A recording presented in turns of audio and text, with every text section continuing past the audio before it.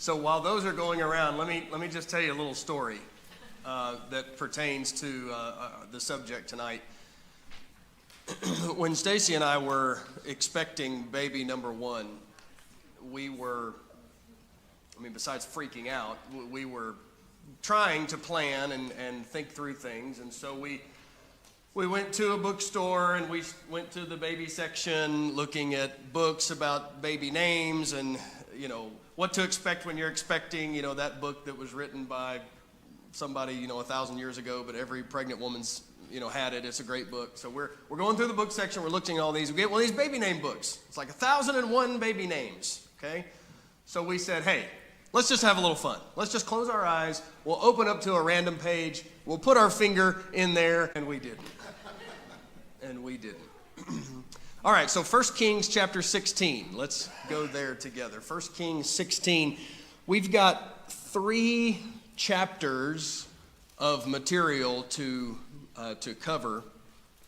Obviously, we can only hit the high points, but there's really 5, 6 chapters in the book of 1 Kings that talk about Ahab. He's a very prominent character in this historical book. And Stacy and I took the girls to the Greenville Zoo yesterday, and we got this picture of a couple of lions. I'm kidding. That didn't happen at the Greenville Zoo, okay? The truth is, Ben got online and looked for a picture of 2 lions fighting. Why would I do that? Because these lions are fighting for dominance. They're trying to figure out who's in charge. And so if you look at the subtitle of the lesson tonight, you'll kind of see why I went with that picture. Ahab is the king, but Jezebel really seems to be the one who is steering the ship. Okay, so 1 Kings chapter 16 begins talking about Ahab and his rise to the throne of his father Omri, who has just died.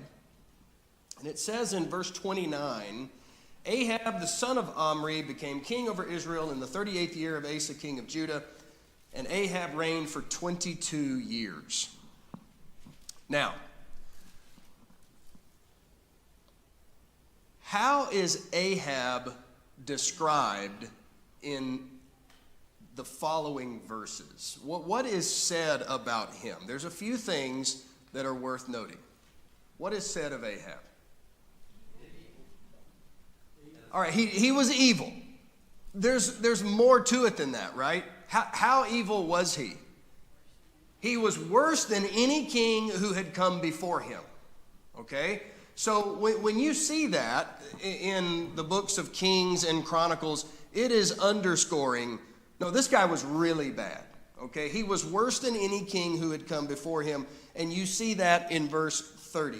He did more evil than all who were before him. Now, what's interesting is the next thing that is said in verse 31. It mentions that he was walking in the sins of Jeroboam. Now, that's Jeroboam the first. There would be another Jeroboam who would come later, but this is Jeroboam the first. And what do you remember Jeroboam the first doing? Let me give you a little hint. He didn't want the people of Israel to go to Jerusalem to worship because he thought if they go there, they might turn against me. So instead, I'm going to give them an opportunity to worship elsewhere. So what does he do? Yeah, he set up the 2 golden calves up in Dan and in Bethel. Go to these places and worship, right? So he really got the ball rolling, the ball of idolatry rolling, okay? And I don't think it's a coincidence that the writer says Ahab is following in Jeroboam's footsteps. He's doing the same things that Jeroboam did. Because he will go on to say in verse 31 that Ahab went to serve Baal. He erected an altar for Baal in verse 32. And in verse 33, he also made the Asherah. What do you know about Baal and Asherah? Not very much. Right? Am I wrong about that? Does anybody know very much about them? I didn't. I had to go back and dust off some old things that I've read a long time ago. Asherah was the mother of 70 deities, of which Baal was one of her children. And so Ahab is worshiping these two false gods. And who do you think brought those into prominence into his life? Jezebel. All right, so verse 31, look at how this reads. It came about as though it had been a trivial thing for him to walk in the sins of Jeroboam the son of Nebat, that he married Jezebel, the daughter of Ethbaal, king of the Sidonians, and went to serve Baal and worshipped him. Where is Jezebel from? She's a Phoenician. Look at the name of her father. What do you see? All right, so you see in his name where their allegiance lies. Ahab marries this woman. The text doesn't tell us why he married her. It doesn't say, oh, Ahab was just stricken with her beauty. It doesn't say anything about, his motivations. I think we could probably assume it was a political marriage. It was a marriage that would have been militarily advantageous. He certainly did not marry her because she was the most godly prospect. So he marries Jezebel, and she brings in the idolatrous practices of her peoples, the Phoenicians. And Ahab takes that and he launches down that path. Your translation might read a little differently. I put a sampling here of chapter 16, verse 31. I just thought this wording was interesting. As though it had been a trivial thing to walk in the sins of Jeroboam. The ESV says, as if it had been a light thing for him to walk after Jeroboam. The NIV, he not only considered it trivial to commit the sins of Jeroboam, he went on to marry this despicable woman. It's kind of the idea the NIV gives. As if following the sins of Jeroboam weren't enough. And then finally, as though it were not enough to follow the sinful example of Jeroboam. Okay, all those translations are saying the same thing. But that's just an expression that I think I had missed. I had just glanced over when I was reading about Ahab in the past. It's what we would say is, well, to make matters worse, he did this. He was doing some bad things already, but to make it worse, he did this. He went and married Jezebel. All right. Now, because of this, you go into chapter 17. Chapter 17 and verse 1, you have Elijah the prophet who is working, prophesying during the reign of Ahab. And in chapter 17 and verse 1, Elijah says, as the Lord, the God of Israel lives, before whom I stand, surely there shall be neither dew nor rain these years, except by my word. There will be no rain these years, unless I say rain should fall from the sky. So Elijah declares that he has the power to make it stop raining or make it rain. Obviously, it's not his power, it's God's. How long does this drought that Elijah proclaims last? You remember? 3 years. Okay? 3 years. So now, go to chapter 18. In the process of this 3-year drought, toward the end of this, Elijah and Ahab see each other. So in verse 17 of chapter 18, Ahab saw Elijah and he said to him, is that you, you troubler of Israel? Why would Ahab call Elijah the troubler of Israel? You're the one who turned off the spigot. Yeah. You're the one who said, by my words, I'll make it stop raining, and it won't rain again unless I open my mouth. So Ahab sees Elijah as the enemy. You're the troubler of Israel. But look at Elijah's response in verse 18. I have not troubled Israel, but you and your father's house have troubled Israel, because you have forsaken the commandments of the Lord, and you have followed the Baals. You're wrong, Ahab. I'm not the troubler of the nation. You are. This drought has come because of your wickedness in your leadership. Now, Elijah then issues a challenge in verse 19. Call for the prophets of Baal. Call for the prophets of the Asherah. And let's meet together on Mount Carmel. And you remember that story where Elijah says, call out to your God and let's see whose burnt offering will be consumed and so forth. We're not going to analyze the story, but look at verse 19 at what Elijah says. Call for the prophets. Look at the last expression. Who eat at Jezebel's table. What does that suggest? State religion. State-sponsored religion. Okay, what else does that suggest?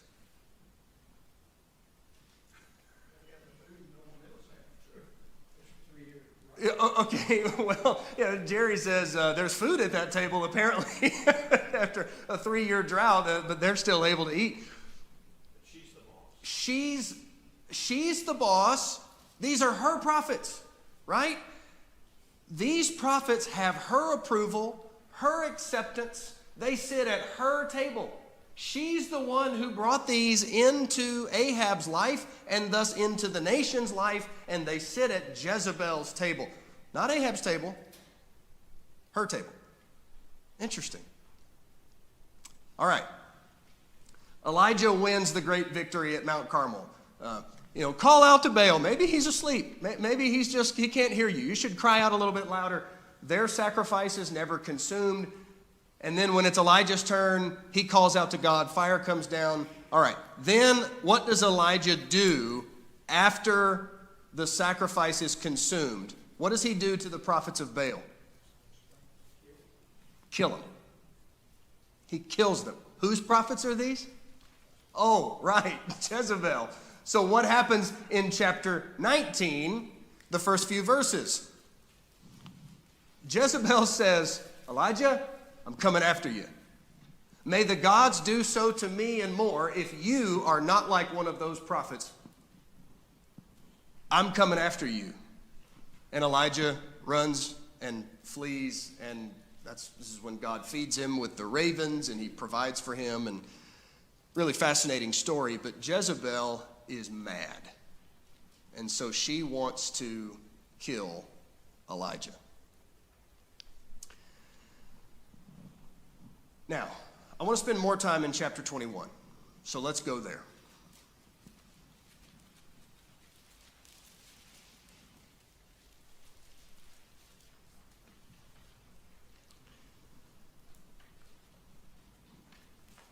In chapter 21,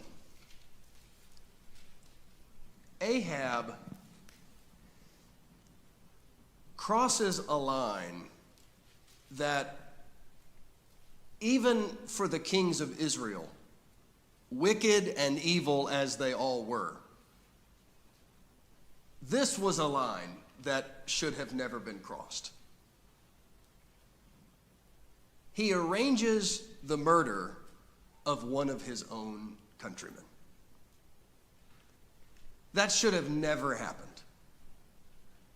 Well, what kind of leader would do that? Well, David did it. And there's been lots of wicked and evil people throughout history who have done it. Just look at the 20th century alone, and you can see some pretty horrific examples of national leaders killing their own people. But it's something that shouldn't happen. So Ahab wants the vineyard of Naboth. Now let's read chapter 21, starting at verse 1. It came about after these things that Naboth the Jezreelite had a vineyard, which was in Jezreel beside the palace of Ahab, king of Samaria. Ahab spoke to Naboth, saying, "Give me your vineyard, that I may have it for a vegetable garden, because it is close beside my house. And I will give you a better vineyard than it in its place. If you like, I will give you the price of it in money. Okay, what do you think about Ahab's offer? Is it fair? Reasonable? It sounds reasonable, yeah? Sounds generous. Listen, if you'll just give me your vineyard, I'll give you a better piece of property. I'll give you something bigger, nicer, whatever. It's already got a fence around it. Here's the key. It seems like a reasonable offer. But what is Naboth's response? I'm not interested. He doesn't turn Ahab away because he thinks Ahab's offer is a lowball offer. He says in verse 3, "The Lord forbid me that I should give you the inheritance of my fathers." How would we say that in modern language? This land has sentimental value. Yeah, this land has been in my family for generations. I'm not going to give up this land. It's special to me.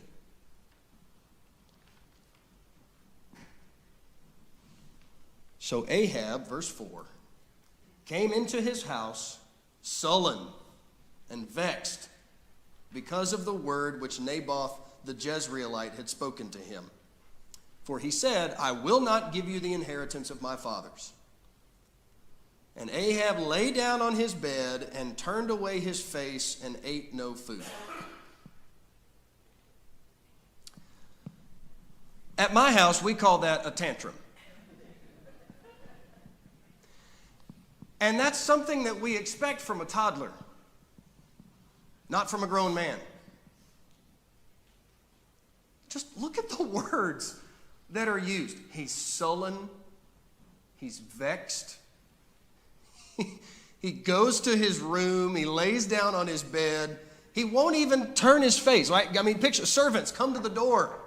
"Oh, king, how can we help you? What's wrong?" He's, oh. He won't even look at him. And he won't eat anything. He's pouting. Now, Jezebel sees this. She does not go over to him and start stroking his cheek gently. "Oh, you poor thing. I'm so sorry." She says, "What is wrong with you? You are the king of Israel, and you are laying down in your bed crying like a little girl." That's pretty much what she says, right? So in chapter 21 and in verse 5, "How is it," she says, "that your spirit is so sullen that you are not eating food?" And he says, "Well, this Naboth, he didn't give me the field like I wanted." So his wife says in verse 7, "Do you now reign over Israel?" It's just another way of saying, aren't you the king? Aren't you the one who can snap his fingers and get what he wants in an instant? You are the king of Israel. Arise, eat bread. Let your heart be joyful. I will give you the vineyard of Naboth the Jezreel. I'll handle this. You're going to sit there and pout like a little baby. I'll handle this. So, Jezebel,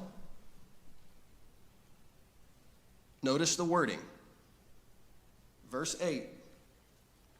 So she wrote letters in Ahab's name and sealed them with his seal, and sent letters to the elders and to the nobles who were living with Naboth in his city.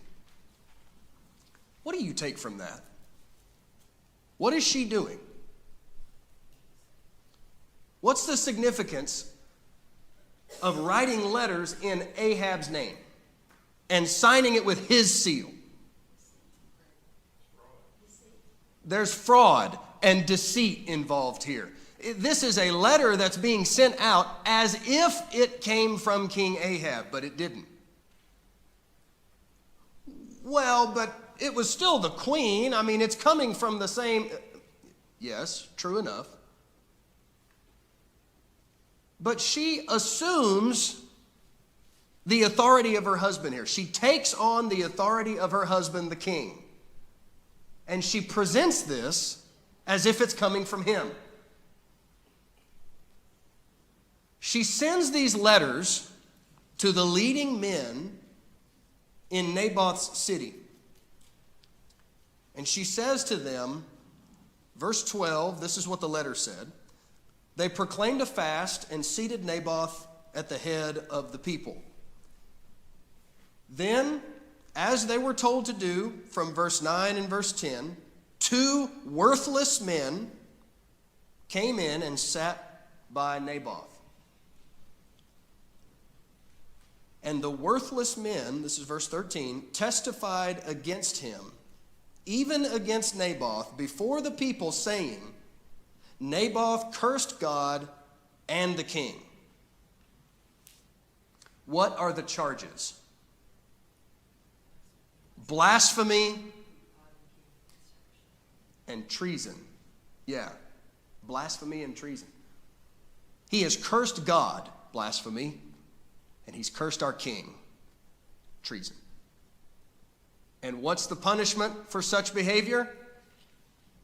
Stone him with stones. Let me ask you something. Why did Jezebel say, go find 2 worthless men?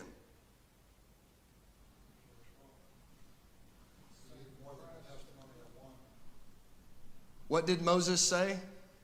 By the mouth of 2 or 3 witnesses, let every word be confirmed.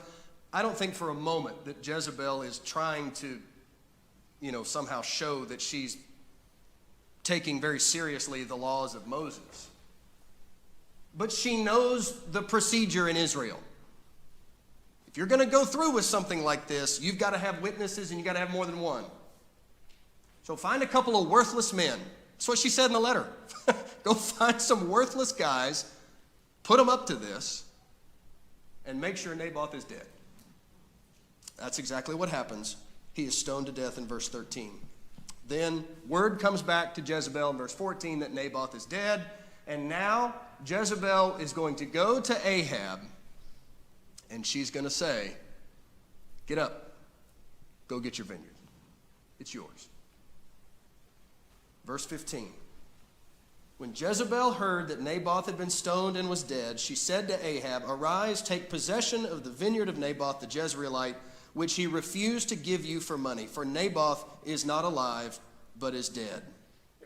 And when Ahab heard that Naboth was dead, Ahab arose to go down to the vineyard of Naboth the Jezreelite to take possession of it.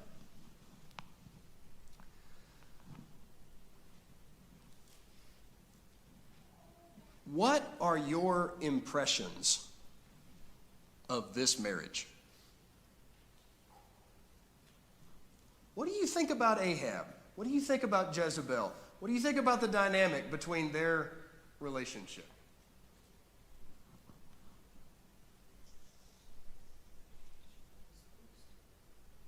Okay, so she's the lion that won the battle, Mary Gale said. Actually said she rules the roost. Lions don't have a roost, but... Okay. I'm sorry? He kind of follows, like she worships Baal, he worships Baal. So definitely he's following her lead instead of choosing his own path. He's not following God's ways, certainly, even before she came into the picture. But he's not even following his own path, whatever path that might be. He's just following hers, okay? Well, what else do you see? How else would you describe these 2 people?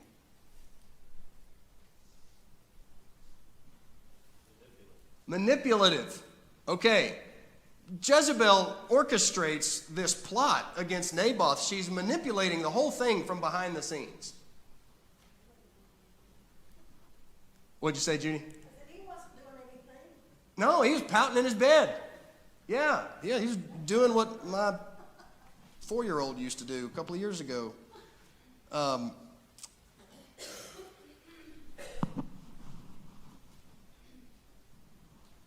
This marriage certainly was not a good one in any way. But when Elijah comes back to Ahab, he is going to call him out. Interesting. Chapter 21, verse 17. The word of the Lord came to Elijah the Tishbite, saying, "Arise, go down to meet Ahab." Now, wait a minute. Why is Elijah going to go and talk to Ahab? Let me ask you this question. Why does God... Okay, what'd you say? He's supposed to be the head of the house. He's supposed to be the one in charge. That's what Alan said as well. Think back, Genesis chapter 3. Eve took the fruit first, gave it to her husband. Who does God speak to first? Adam. Interesting. So Elijah comes to Ahab, and he says in verse 20,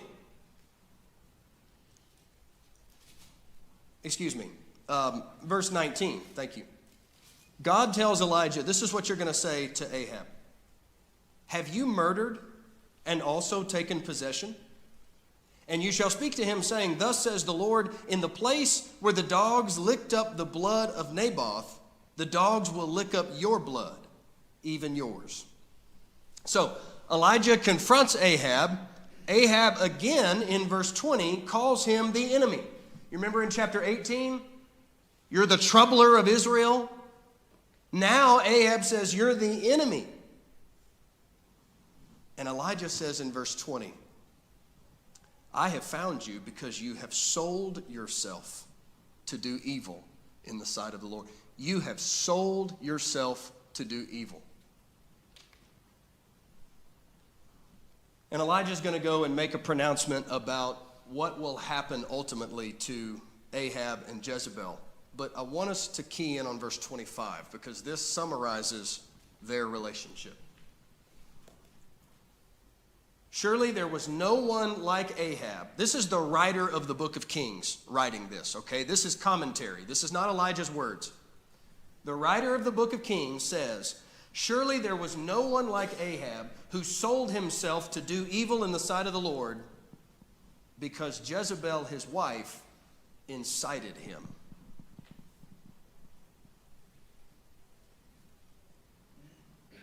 Jezebel was the one who stirred him up. She was the one who pushed him to do these evil things, to go along with her evil schemes, to go along with her idolatrous worship. She incited him. And then verse 26 says that his activities were abominable. He acted very abominably in following idols, according to all that the Amorites had done, whom the Lord had cast out from before the sons of Israel.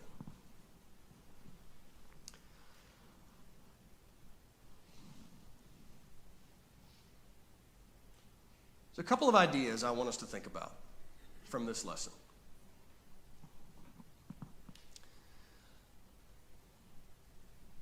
The first one is,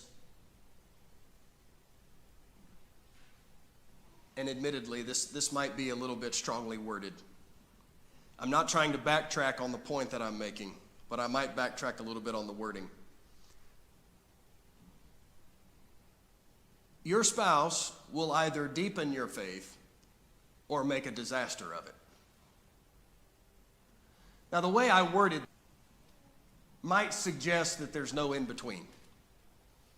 And there is. But I'm just trying to emphasize a point. Your spouse is either going to help you spiritually or they're going to hurt you spiritually. They're going to either make you stronger in your faith and in your walk with God, or they're going to make you weaker because they're not encouraging you. They're not giving you what you need. They're not supporting you in that. It's going to be one or the other. Now, I acknowledge freely that there is space in between. I get that. You know, as sure as I say, your spouse will either help you spiritually or they'll hurt you spiritually. You know, somebody might give me an example. Well, you know, my spouse is not a Christian, but, you know, she doesn't have any problem with me being a Christian, and so it's really kind of a neutral thing. Okay, I'm not saying that doesn't exist. But I don't know that I would say that that's helping you spiritually. It might be neutral, it may not be hurting you, but it's not helping you spiritually. So as you think about this idea, your spouse will help you or hurt you.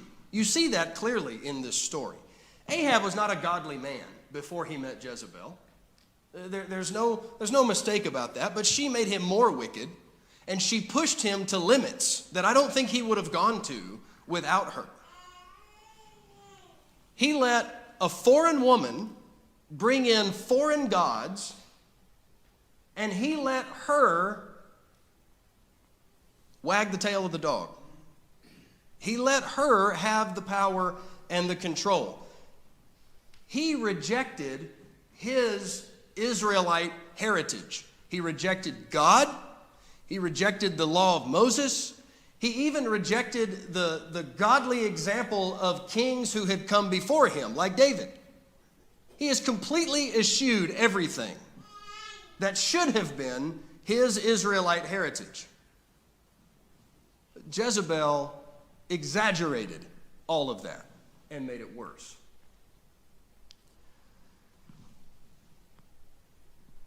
It is so important to be spiritually aligned with your spouse. And I don't think that's something that we can emphasize too much. You need to be together. And I'm not just talking about one who is a Christian and one who's not a Christian. Even if both of you are Christians, but you don't have an environment where you are encouraging each other in the right things and in the right way, it's going to hurt you both. We've got to be talking to our young people about the man or the woman that they choose to be their mate.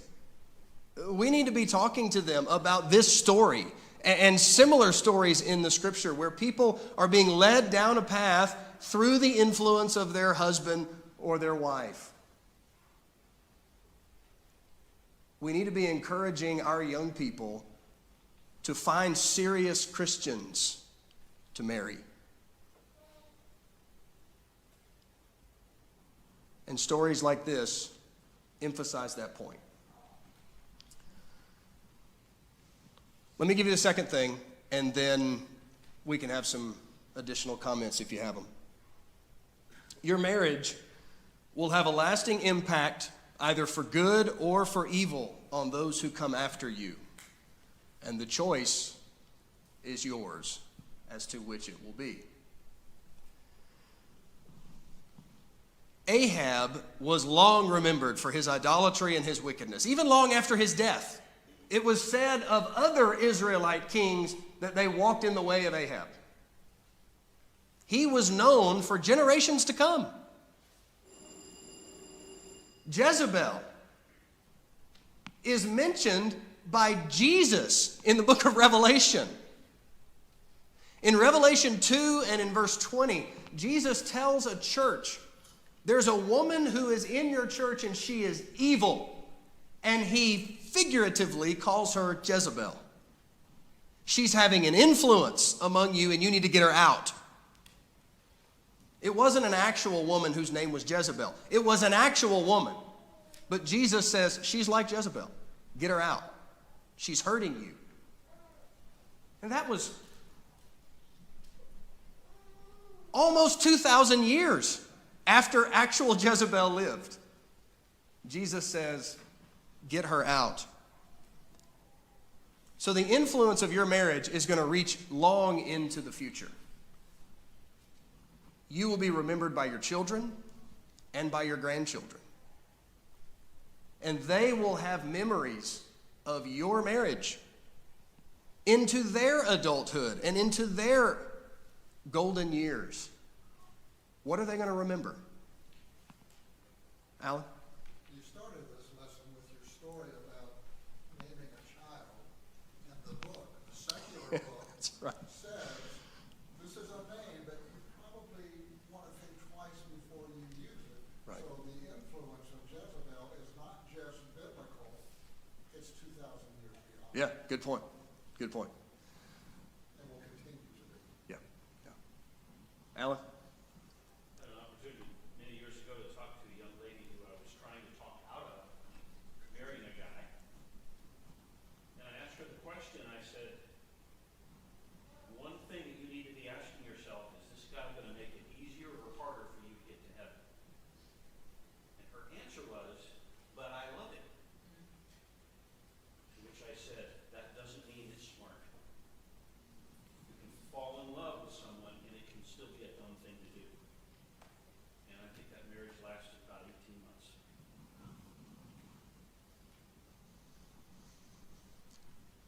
We could probably multiply such stories, I'm sure, if we went around the room. Okay, what else you got?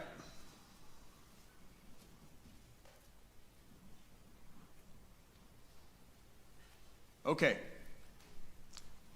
So, stay away from Phoenician women, guys. All right, that's the solution. Stay away from Phoenician women. And ladies, stay away from weak and feckless men.